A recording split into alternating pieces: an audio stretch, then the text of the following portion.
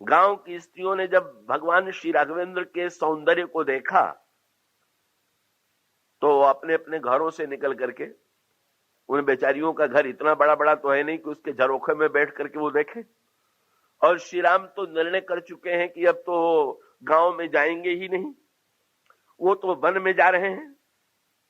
तो जनकपुर वासिनी स्त्रियां भगवान को देखने के लिए ऊपर चढ़ गईं, अपने भवन के नीचे से उठ करके का ऊपर पहुंच गईं और झरोखे से देख रही।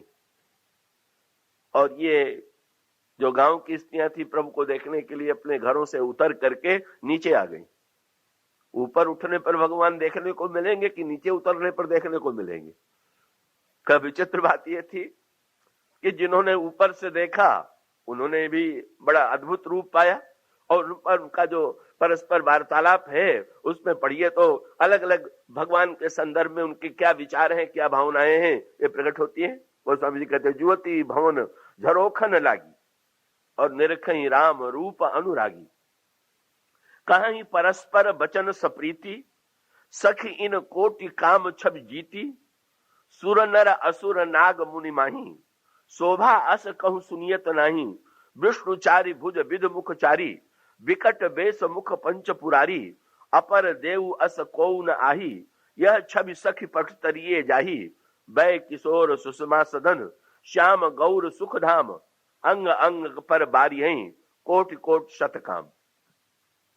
और उसके पश्चात ये परस्पर वार्तालाप होने लगा कि ये कौन है।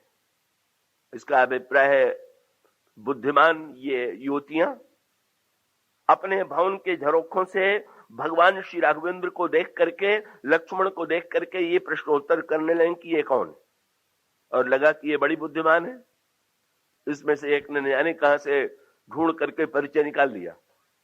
क्या बोले वो सखी जो सावले वर्ण का राजकुमार है, का वो तो महाराज दशरथ का, ये कौशल्या का, कौशल्या सुत सो सुख खानी, नाम राम धनु सायक पानी।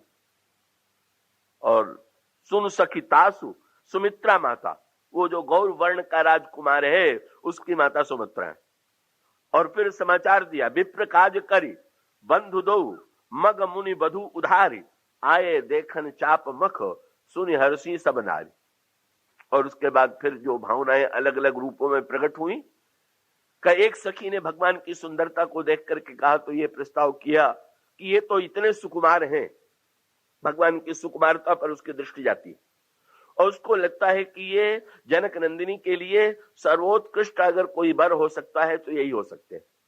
लेकिन समस्या ये है कि महाराज श्री जनक ने प्रतिज्ञा कर ली है कि शंकर के प्रख्यात कठोर धनुष को जो तोड़ेगा कब उसे मैं अपनी कन्या दूंगा।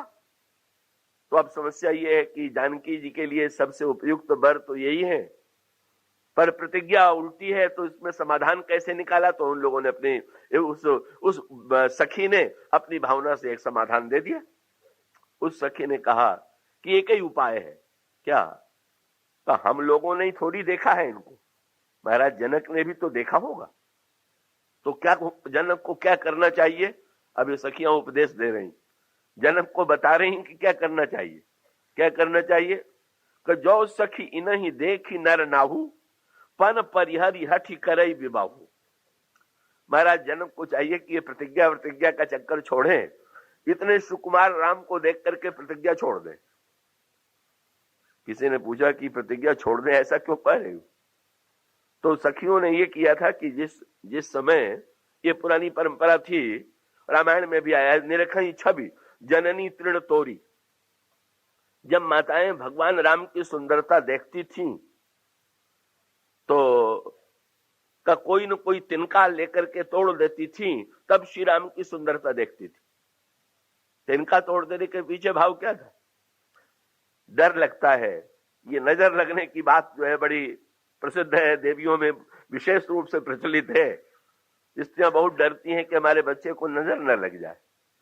तो नजर लगने में केवल कभी कभी जो प्रतिकूल भाव वाली हैं उनकी भी नजर लग जाती है, पर कभी कभी जो प्यार करने वाले हैं उनकी भी नजर लग जाती।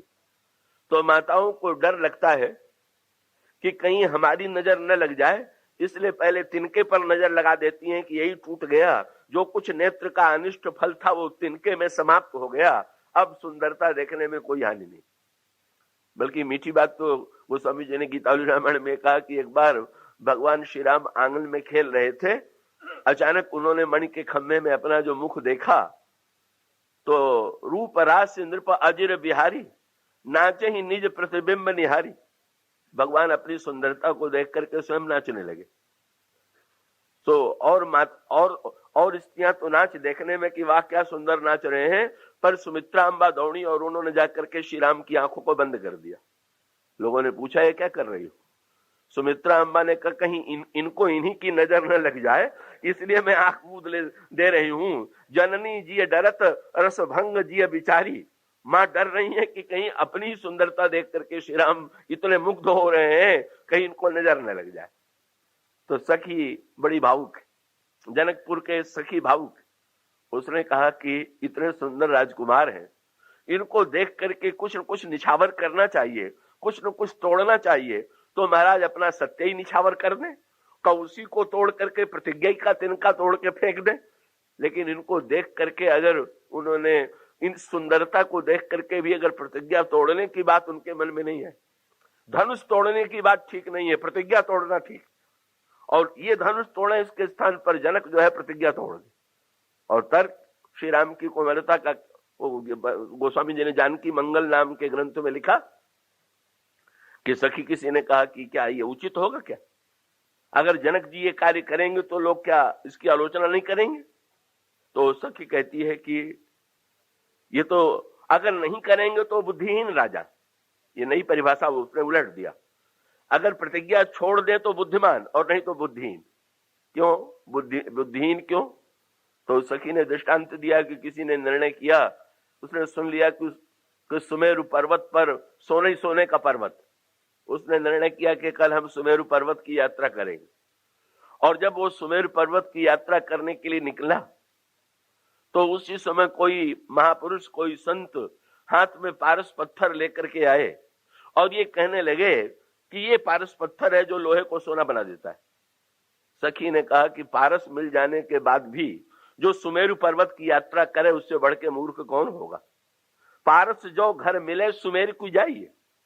पारस अगर घर में मिल जाए तो सुमेरु पर्वत की यात्रा करना चाहिए। इसी प्रकार से महाराज दशरथ, महाराज जनक सुंदर वर ढूंढने के लिए प्रतिज्ञा का सुमेरु पर्वत पार करने वाले थे। और जब विश्वामित्र जैसा संत राम जैसा पारस लेके आ गया तो प्रतिज्ञा तो छोड़ ही देना चाहिए। जो पारस को पाने के बाद भी सुमेरु की यात्रा करे वो कैसे बुद्धिमान कहा जाएगा? उन्होंने कहा राम कितने सुकुमार हैं, पर दूसरी सखी भिन्न भाव वाली है। ये तो श्री राम की कोमलता कितनी है उसको दृष्टि रख करके कल्पना करने वाली एक सखी, और दूसरी सखी कहती है नहीं सखी तुम नहीं जानती हो इनको, ये कैसे हैं? बोले परसी जासु पद पंकज सखी इन कह को अस कहीं, बड़ प्रभाव देखत लघु हैं। ये बड़े विलक्षण हैं, देखने में लघु दिखाई देते हैं पर प्रभाव बड़ा। क्या इनकी विशेषता है? बोले परसी जासु पद पंकज धूरी, तरी अहिल्या कृत अघ भूरी, सो की रही बिनु शिव धनु तोरे, अस प्रतीति परिहरी अन भोरे।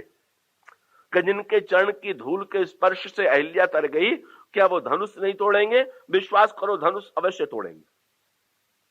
सो भगवान तो बड़े कौतुकी।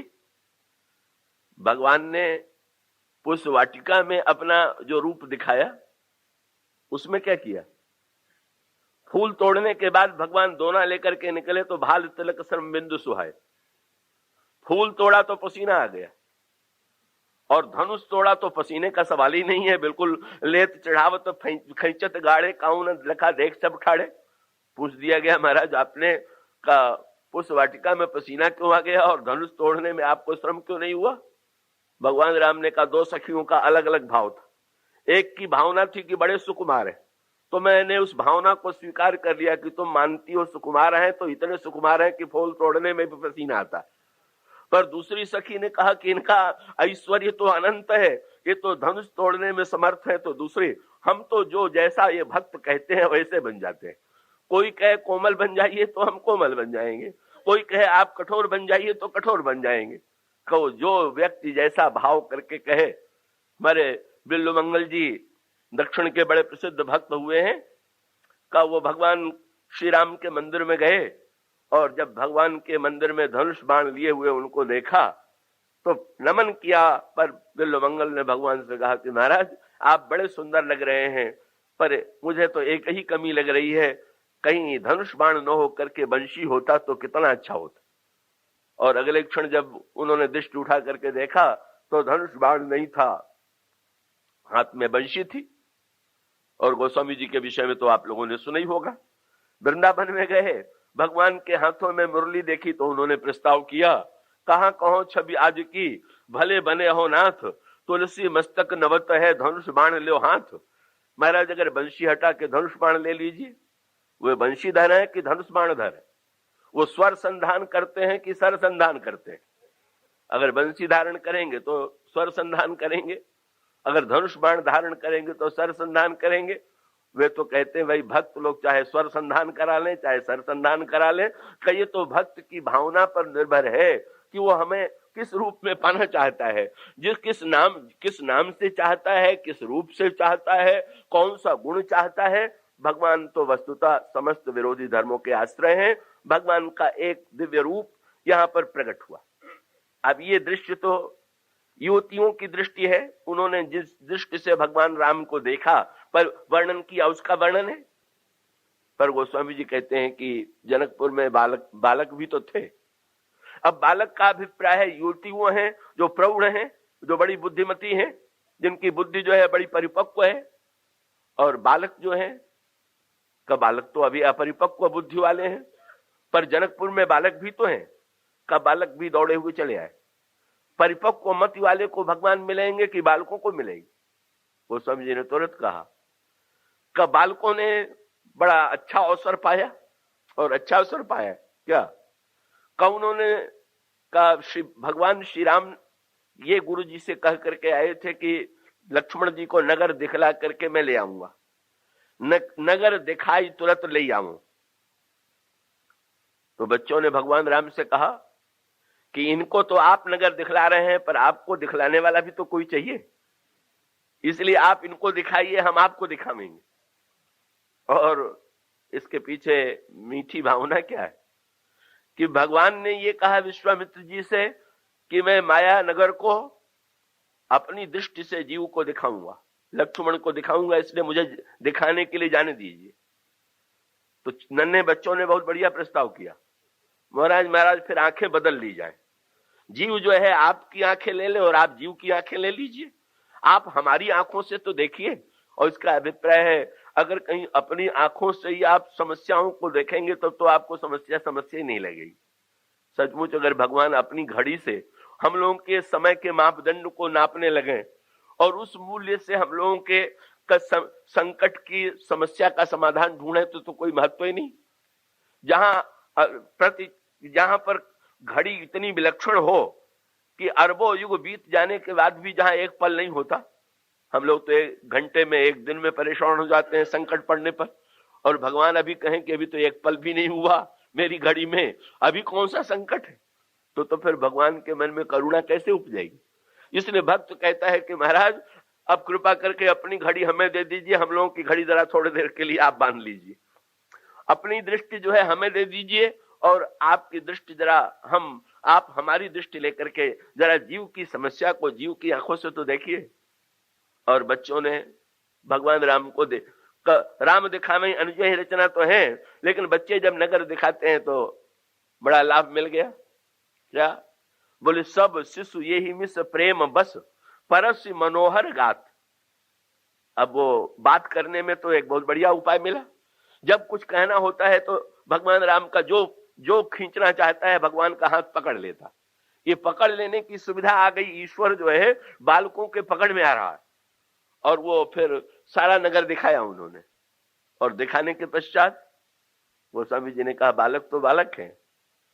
का भगवान श्री राघवेंद्र एक मुनि से कुछ कह करके आए थे, मुनि विश्वामित्र से वचन दे करके आए थे, जो राउर आए सु मैं पामो नगर दिखाई तुरंत ले जाऊं।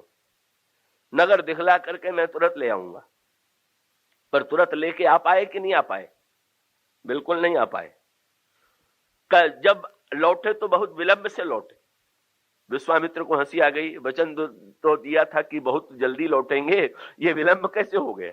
जब प्रत्येक बालक अपने अपने घरों में भगवान को ले जाता है, और इसका अभिप्राय क्या है कि भाई इन लोगों ने भगवान श्री राघवेंद्र से के संदर्भ में उन युवतियों की भाषा का वो बुद्धिमत्तापूर्ण संवाद न होने पर भी इतने भावुक हैं और इतने सरल हैं कि वो भगवान श्री राघवेंद्र को जैसा दिखाते हैं, प्रभु से देखते हैं, जहां ये बालक ले जाते हैं वहां चले जाते हैं।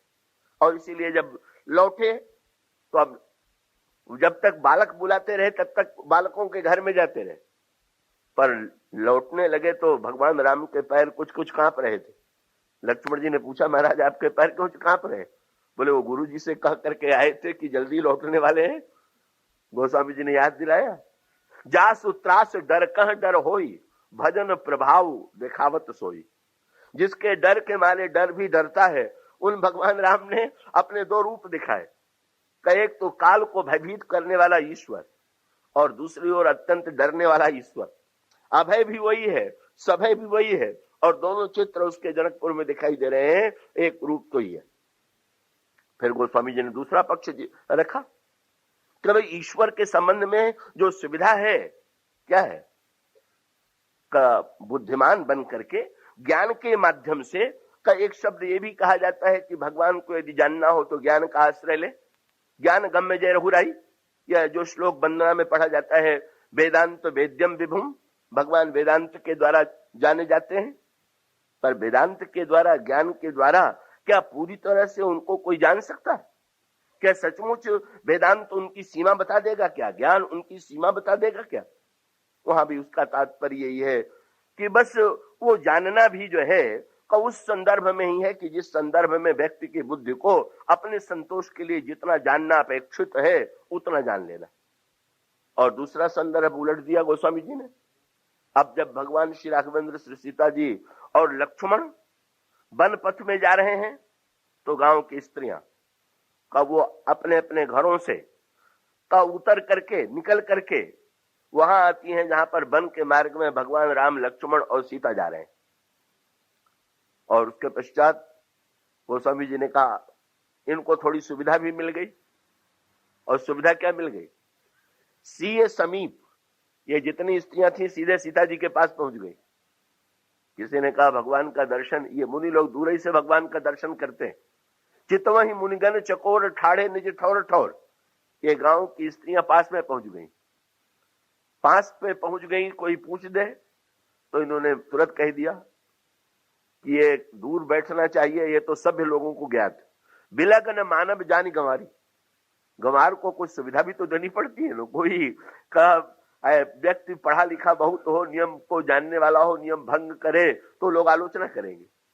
और अगर कोई बेचारा सीधा साधा ग्रामीण कोई नियम के विरुद्ध कार्य करे तो लोग कहेंगे बेचारा कब नहीं गांव का रहने वाला है, इसको ठीक ठीक पता नहीं। गांव की स्त्रियां श्री सीता जी के पास चली गई और श्री सीता जी के पास जाकर के चरणों में बैठ गई और बड़ी चतुराई किया। गांव नागरियों ने तो कहा था ये कौशल्या के बेटे हैं, ये सुमित्रा के बेटे हैं, इन्होंने ये किया है, इन्होंने ये किया है। गांव की स्त्रियों ने क्या किया? कब वो तो बड़ी बुद्धिमती थी, उन्होंने तो आपको अपनी भाषा में कहा। पर गांव की स्त्रियों ने श्री सीता जी से कहा कि राजकुंवर दो सहज सलोने, इनते लही दुत मरकत सोने, श्यामल गौर किशोर बर, सुंदर सुषमा ऐन, सरद सरवरी नाथ मुख, सरद सरोरुह नैन, तो कोटि मनोज लजामन हारे, सुमुखी कहु को आहि तुम्हारे। अब हम लोग कहां पता लगावें कि कौन है? आप ही परिचय दे दीजिए कि आपके कौन है। बड़े अब इनको गंवार कहें कि चतुर कहें? कभी कभी ईश्वर के संदर्भ में गंवार जो है चतुर से भी बाजी ले जाता है। चतुर बेचारा अपनी बुद्धि से पता लगाता है, गंवार के पास बुद्धि नहीं है तो भगवान को ही छोड़ देता है कि महाराज अब ये बतावेगा भी तो कौन बतावेगा? कि शंकर जी ने बुद्धि लिखी, शंकर जी ने रामायण लिखी होगी तो अपनी बुद्धि से लिखी होगी, और तुलसीदास जी ने रामायण लिखी तो इनसे पूछा गया कि आपने रामायण कैसे लिखी? बोले हमने तो बुद्धि उधार लिया दो से। किससे? बोले तो शंकर जी से ले लिया। बोले महाराज आपके पास बहुत बुद्धि है, तो शंभु प्रसाद सुमति हो हुलसी। और दूसरे बुद्धि किससे ले लिया? का जनक सुता जग जननी जानकी, अतिशय प्रिय करुणा निधान की, ताके युग पद कमल मनाऊं, जासु कृपा निर्मल मति पाऊं। मैं तो बुद्धि ले लेता हूं, अपने पास नहीं है। गांव की स्त्रियों ने कहा, सीता जी से पहले कह दिया, बोले आप निश्चित पहले हमारा परिचय जान लीजिए, फिर अपना परिचय दीजिए। सीता जी ने पूछा आप लोगों का परिचय? बोले बिलगन मानव जानी गंवारी। बस हमारा परिचय तो यही कि गांव के रहने वाली हम गंवार स्त्रियां हैं। क्या चाहती हो? बोले ये बता दीजिए कि ये दोनों राजकुमार जो हैं का आपके कौन है? और फिर गोस्वामी जी ने इस पर जो रचना की है वो क्या है? वो जो श्री सीता जी ने उत्तर दिया, उसके लिए गोस्वामी जी ने कवितालु रामायण में एक बड़ी मीठी बात कह दिया कि सखियां पूछती हैं जब शब्द में, तो तिरछे करी नैन दे सैन तिन्हें। का श्री सीता जी ने पहले तो लक्ष्मण का परिचय दिया कि ये जो गोरे वर्ण के राजकुमार हैं ये मेरे देवर। और ये परिचय देने के पश्चात गांव की स्त्रियों से ये के सामने अचानक उन्होंने बड़ा विचित्र अभिनय किया। अपने मुख को अंचल से ढक लिया और फिर दृष्टि को तिरछी कर लिया, बाहों को टेढ़ा कर लिया और श्री राम की ओर देखा। किसी ने पूछा ये क्या हुआ? अपने मुख को ढक लिया, कर बाहों को तिरछी कर, दृष्टि को तिरछे कर लिया, ये क्या हुआ?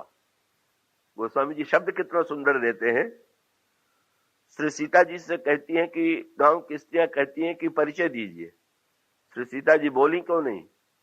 बोले शब्द से मैं अगर इनका परिचय दूंगी तो शब्द के अर्थ की तो एक सीमा हो जाएगी, और वस्तुतः ये तो शब्द की सीमा से परे। इसलिए मैं शब्द से परिचय न दे करके संकेत से परिचय दूंगी। क्यों? बोले संकेत में ये लाभ है कि संकेत करने वाला अपने समझ से करता है और अर्थ लेने वाला क्या अर्थ लेता है वो तो वो जाने कि उसको क्या अर्थ दिखाई पड़ रहा है। वो कालिदास विद्योत्तमा का आपने प्रसिद्ध पढ़ा ही होगा। क्या विद्योत्तमा ने घोषणा कर दी थी कि जो शास्त्रार्थ में हरावेगा का उससे मैं वर्ण करूंगी। पंडित सब हार गए, लेकिन सबसे मूर्ख उस समय कालिदास दिखाई पड़े। जिस डाल पर खड़े थे उसको काटते हुए तो उन्हीं को पकड़ लिया है। और शास्त्रार्थ होने लगा तो पंडितों ने पहले कह दिया विद्योत्तमा से, ये हमारे गुरुजी हैं और ये आजकल मौन लिए हुए हैं, ये जितना शास्त्रार्थ करेंगे संकेत से ही करेंगे, वाणी से बोल के नहीं करेंगे। तो विद्योत्तमा ने एक अंगुली उठाई। विद्योत्तमा का तात्पर्य था कि ब्रह्म एक, पर कालिदास तो उस समय निपट मूर्ख थे। उनको लगा कि ये शायद कह रही है कि मैं तुम्हारी एक आंख फोड़ दूंगी। उन्होंने दो अंगुली दिखाई, हम तुम्हारी दोनों फोड़ देंगे। लेकिन पंडितों ने उसकी तुरंत व्याख्या किया, इसका अर्थ ये है कि ब्रह्म और जीव दो है। अब वो एक अंगुली का अर्थ और दो अंगुली का अर्थ क्या है, पंडितों की ये तो अपनी अपनी व्याख्या है। यही भांति निज निज मत विलास, और इसका अभिप्राय क्या? अब वो संकेत में जब कोई बात कही गई तो संकेत का अर्थ तो लगाने वाला लगावे। श्री सीता जी ने क्या चतुराई किया? बोले सखी सत्य तो ये है कि ईश्वर के विषय में कुछ भी जो कहा जाएगा और शब्दों की सीमा से परे, इसलिए एक परिचय नहीं दिया जा सकता। पर अगर मैं परिचय न दूं तो तुम्हें संतोष नहीं होगा। इसलिए अब मैं संकेत में, गोस्वामी जी का शब्द कवितावली रामायण में है, तिरछे कर नैन। तो से पूछा कि सीता जी ने क्या समझाया? तो गोस्वामी जी ने कहा सच्ची बात तो यह है कि मुझे स्वयं पता नहीं चल रहा है कि क्या समझा रहे हैं। तिरछे करी नैन सैन तिन्हें, मुस्काए कछु समझाए चली। का मुस्कुरा करके इस प्रकार से मुंह को ढक करके, अंचल से ढक करके, तिरछी बाहों को करके सीता जी ने समझाया। और आनंद क्या कि जितनी गांव की स्त्रियां थी उन्होंने सबने अलग अलग अर्थ लिया। भाई मुदित सब ग्राम बधूटी, सबको अलग अलग अर्थ की अनुभूति हुई। और इसको अगर हम उस भाषा में कहें तो उसका अभिप्राय ये है कि ईश्वर के संबंध में तो भाई सभी गंवार है। कौन दावा कर सकता है कि ईश्वर को हमने जान लिया? और ईश्वर के संदर्भ में हम जो भाव से अपनी बुद्धि से अर्थ ले लें। किसी ज्ञानी से पूछा गया, सीता जी ने अंचल से अपना मुख ढक लिया, इसका तात्पर्य क्या है? ज्ञानी ने कहा सीता जी से उन्होंने ये परिचय पूछा था कि आपके कौन है। तो श्री सीता जी तो साक्षात माया है, और माया का कार्य जो है वो ढकना है, आवरण है। इसलिए सीता जी ने का अपने मुख को आंचल से ढक करके परिचय दिया कि अगर ये ब्रह्म है तो मैं माया हूं। ये अंचल जो है वो माया का प्रतीक है, आवरण का प्रतीक है। वो भी ठीक है, वो अर्थ ज्ञानियों ने ये अर्थ ले लिया। कब भक्तों से पूछा गया कि तुम्हारी दृष्टि में क्या अर्थ है? बोले भक्तों ने कहा कि गांव की स्त्रियां पूछती हैं कि आपके कौन है। तो सीता जी ने अंचल इसलिए बीच में डाल लिया कि वस्तुतः तो सीता जी भगवान राम से अलग है ही नहीं। गिरा अर्थ जल बीच सम कहियत भिन्न न भिन्न। और गांव की स्त्रियां कहती हैं कि आपके कौन है? तो सीता जी ने कहा कि वैसे तो हम दोनों में कोई भेद नहीं है, पर संबंध बताने के लिए लो, अपने और इनके बीच में एक आवरण बनाए ले रही हूं, पर्दा बना करके द्वैत की, अद्वैत में द्वैत की सृष्टि में कर रही हूं का ये घूंघट का अर्थ का भक्तों ने इस रूप में अर्थ लिया। जो गुरुजन या जो सामाजिक मर्यादा के पक्षधर हैं, उन्होंने कहा सीता जी इतनी शीलमयी हैं, इतनी संकोची हैं कि मर्यादा में पति के समक्ष घूंघट डाल करके गांव की स्त्रियों को उन्होंने परिचय दिया कि ये मेरे पति हैं। और जिस समय गोस्वामी जी से पूछा गया तो गोस्वामी जी ने कहा मैं भी अपने मन का अर्थ लेता हूं। और वो अर्थ क्या है? तो भगवान श्री सीता जी का मुख चंद्रमा है, और सीता जी ने का नीले अंचल से, सीता जी की साड़ी का जो रंग है वो नीला है, तो नीले वर्ण की साड़ी से सीता जी ने अपना मुख ढक करके मानो परिचय दिया। सीता जी का मुख चंद्रमा और अंचल नीला, और नीले अंचल में वो मुख ढक गया। बोले सखी ये तो इतने सुंदर हैं कि ये तो शरद ऋतु के चंद्रमा को भी छिप जाना पड़ता है, लज्जित होना पड़ता है इन श्याम वर्ण के, नीले वर्ण के राजकुमार के समक्ष। इस तरह से भक्तों ने, ज्ञानियों ने, मर्यादावादियों ने, सबने अलग अलग अर्थ पाया, और सबको लगा कि सीता जी ने इतना बढ़िया परिचय दिया कि सबको। गोस्वामी जी ने कहा गांव की स्त्रियों को कैसा लगा? बोले भई मुदित सब गाम बधूटी। कैसा? बोले रंकन राय राशि जनु लूटी। जैसे खजाने की लूट हो रही हो तो जिसको जो मिल जाए का उस खजाने का वही भाग पा करके प्रसन्न हो रहा है, इसी प्रकार से जनक नंदिनी सीता स्नेह और भाव लुटा रही हैं, संकेत लुटा रही हैं, और जो गांव की स्त्रियां हैं वो अपने अपने भाव से अर्थ लेकर के। और गोस्वामी जी मानो ये कहते हैं इस दृश्य को जिसने देखा, शंकर जी ने देखा अलग अर्थ लिया, गोस्वामी जी ने देखा अलग अर्थ लिया, काकभूषुंडी जी ने देखा अलग अर्थ लिया, और उसका अभिप्राय है कि ये अर्थ वो लेते हैं जिसमें अपने को आनंद आवे। गोस्वामी जी, काकभूषुंडी जी का यही कथन है कि ईश्वर तो वस्तुतः अनंत और असीम है, लेकिन इतना होते हुए भी यही भांति निज निज मति विलास, अपनी अपनी बुद्धि की जो सीमा है उसके अनुकूल हम भगवान के गुण को, भगवान की लीला के, भगवान के रहस्य को हृदयंगम करके सुख प्राप्त करें। बस यही हमारे जीवन की सार्थकता है। वस्तुतः हम उस अनंत को शांत बनाने में समर्थ नहीं। तो अलग अलग प्रसंगों में भगवान के संदर्भ में भिन्न बातें कही गई हैं। का बड़ा ही तात्विक और भावनात्मक संवाद आता है जनकपुर का। अब जनकपुर की चर्चा कुछ प्रारंभ कर दी जाए, क्योंकि परसों भगवान के विवाह का मंगलमय उत्सव है, विवाह की तिथि है, और हमारे स्नेही श्री नागर जी उलाहना दे रहे थे कि किशोरी जी के संबंध में कुछ बातें कही ही नहीं गई। तो इस दृष्टि से इस प्रसंग के संदर्भ में मैं जनकपुर की ओर आपका ध्यान आकृष्ट करूंगा। यहां एक शब्द पर आपका ध्यान आकृष्ट में करूं, वो शब्द है भाव, और दूसरा शब्द है तत्व। तो ज्ञान में तत्व की प्रधानता है और भक्त में भाव की प्रधानता है। तो तत्व और भाव में थोड़ा अंतर है। तत्व शब्द का तात्पर्य है, तत्व का अर्थ है जो वस्तु जैसी है का उसे उस रूप में जान लेना, ये तत्व ज्ञान है। उसके स्वरूप को जान लेना। इसीलिए कि भगवान राम के संदर्भ में भी आपने दो शब्दों को पढ़ा होगा। कहीं तो ये कहा गया कि श्री राम का स्वरूप, और कहीं ये कहा गया कि श्री राम का रूप।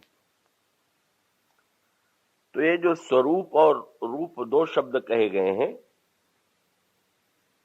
का स्वरूप का तात्पर्य है भगवान के संदर्भ में उनके तात्विक रूप में जो भगवान का जो अपना रूप है उसे जान लेना स्वरूप। इसीलिए महर्षि वाल्मीकि जब भगवान श्री राम से वार्तालाप करते हैं तो कहते हैं, राम स्वरूप तुम्हार बचन अगोचर बुद्धि पर, अविगत अकथ अपार, नेति नेति नित निगम का। तो राम तुम्हारा जो स्वरूप है का वो वस्तुतः मन बुद्धि वाणी का विषय नहीं, और वेदों ने भी तुम्हारा जो वर्णन किया है वो नेति के रूप में किया है। उसका अभिप्राय यह है कि वर्णन दो तरह से किया जाता है। किसी का वर्णन इस तरह से किया जाए कि ये वस्तु ऐसी है, ऐसी है, ऐसी है। इसको हमारे शास्त्रीय पद्धति में कहते हैं ओमिति, ये ऐसा। और दूसरी पद्धति है कि हम ये कहें कि ये वस्तु ऐसी नहीं। तो ईश्वर के संदर्भ में वेदों ने जब प्रतिपादन किया तो ईश्वर के संबंध में उन्होंने जहां भी वर्णन किया वहां नेति कह करके, इसका अभिप्राय है कि उन्होंने ये नहीं कह करके ईश्वर का वर्णन किया कि ईश्वर ऐसा है, अपितु उन्होंने ये कह करके ईश्वर की ओर इंगित किया कि ईश्वर ऐसा नहीं।